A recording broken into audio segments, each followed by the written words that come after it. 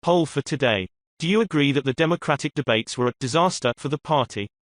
Weak Biden begs forgiveness for working with segregationists near 5 decades ago.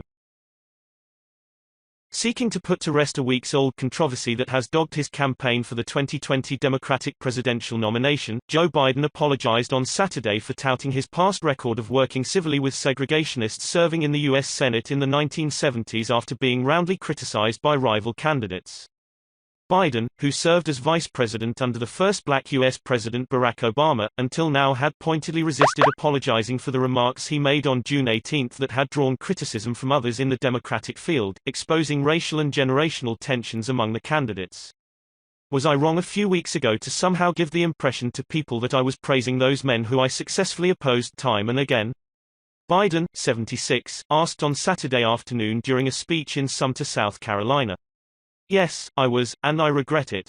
And am sorry for any of the pain or misconception I may have caused anybody. Biden's initial remarks were made as he lamented that political leaders in the United States had lost the ability to work together in an increasingly polarized nation. He noted that despite disagreeing with them, he had managed to work with 2 white segregationists from the South serving in the Senate when he was first elected, Democratic Senators James Eastland of Mississippi and Herman Talmadge of Georgia. After U.S. Senator Cory Booker, a rival candidate who is black, a day later expressed surprise that Biden had not apologized, Biden, who is white, said he did not have a racist bone in my body and asked reporters, apologize for what?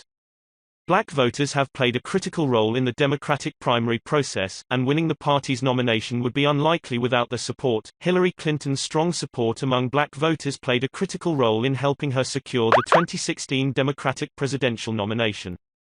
During a June 27 debate among Democratic contenders seeking to run against incumbent Republican President Donald Trump, U.S. Senator Kamala Harris called Biden's comments hurtful, though she said she did not believe Biden is a racist.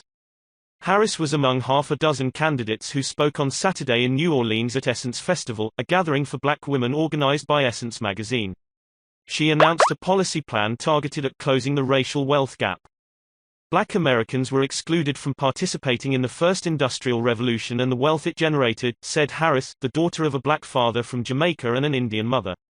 Now with the technological revolution, we must ensure everyone can participate in the wealth it creates. I've changed. In South Carolina, an early voting state in the nominating contests that kick off next February, Biden delivered a speech responding to criticism by Harris about his track record on race. South Carolina's primary is the first in a state where a significant proportion of the Democratic electorate, about 60%, is black. America in 2019 is a very different place than the America of the 1970s, Biden said, according to prepared remarks. And that's a good thing. I've witnessed an incredible amount of change in this nation and I've worked to make that change happen. And yes, I've changed also.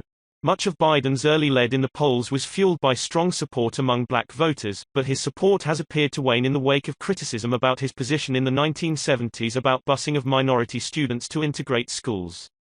Biden also is highlighting his 8 years as Obama's vice president, from 2009 to 2017. If you look at the issues I've been attacked on, nearly every one of them is for something well before 2008, Biden said, according to prepared remarks. It's as if my opponents want you to believe I served from 1972 until 2008 and then took the next 8 years off. They don't want to talk much about my time as vice president. Harris announced a $100 billion housing proposal aimed at helping poor people living in rental properties or receiving public assistance for their housing to buy houses. The program would create grants to cover down payment and closing costs. So we must right the wrong and, after generations of discrimination, give black families a real shot at homeownership, historically one of the most powerful drivers of wealth, Harris said.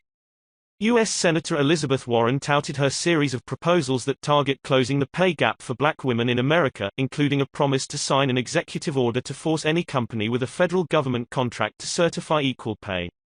We start to close on the very first day by using the power that the president herself will have, Warren said, drawing cheers at the use of the female pronoun. Booker told the audience the next president should have a track record of helping African Americans. We cannot be a nation that is truly free until everyone is free, Booker said. Share this with your friends and family, and let's see what they think.